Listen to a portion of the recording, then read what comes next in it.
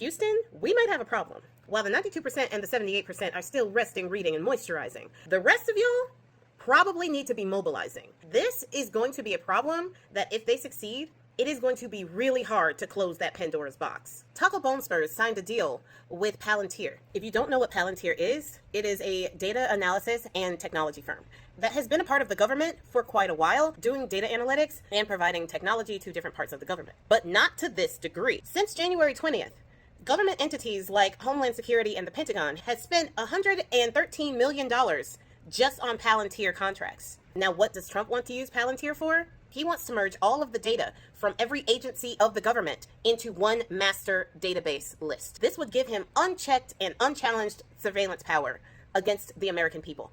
Anybody. And they have already been setting this up. From the contracts with Homeland Security and the Pentagon, and a $795 million contract awarded to Palantir by the Department of Defense. They are also in talks about getting deals in the Social Security Administration, and the IRS is already talking about buying Palantir's technology to put into their systems as well. The Department of Health Services, as well as Health and Human Services, have already started using Foundry, which Foundry was created by Palantir and is a piece of their own technology, which is used to organize and analyze data. And let's also mention that Palantir got a $30 million contract with ICE in April, getting data from immigrants so that they can pinpoint and target them. This explains why they keep targeting people as they are legally going to their court dates. They're working with Palantir. All of these contracts are paving the way for 47 to merge everything into one single database. The information that they are getting on the American people through Palantir is not just emails, phone numbers, and addresses. They are also getting bank account information, student loan debt information, your medical claims information, and medical debt, and your disability status.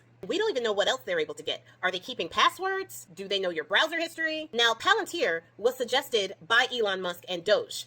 Alex Karp, the co-founder and chief executive, has been on record saying that he is not above using the information that he gathered to punish his enemies. And he even said that Palantir's role is to find the hidden things by sifting through data. So he's definitely not going to stop anybody if they just want to find something on an adversary and use that against said adversary. So it opens the door for blackmail, coercion, corruption, all of the things that MAGA was actually accusing the government of before.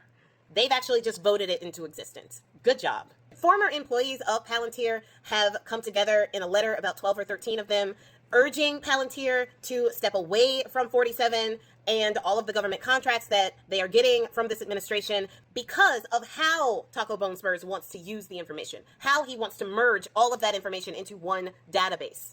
By doing that, he has access to everyone's information, and with his head of the FBI saying, even during the campaign, that they wanted to make an enemies list from the enemies from within, which basically means anyone who opposes Taco Bone Spurs, they can do that and have all of their personal information and then some, and be able to control them, or worse. Another thing that having a large singular database will do is open the door for foreign adversaries to hack that database. Now, we all know that this administration is completely incompetent in every single way, form, and fashion. So if they have a single database with everyone's information in it, it's going to get hacked.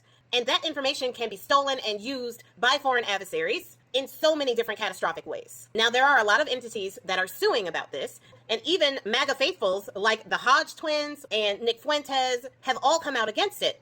The thing is, during that trip to Saudi Arabia that Bone Spurs made, he made a lot of backdoor deals with Saudi Arabia, Qatar, and other places that are also investing heavily into data analysis centers and AI data analysis centers here in the States. That's a problem because the first thing that comes to my mind is, what are they getting out of it? Why would they want to do that? And when you put all of this together, and that one provision in the big beautiful bill that says states cannot regulate AI for 10 years, it all comes together.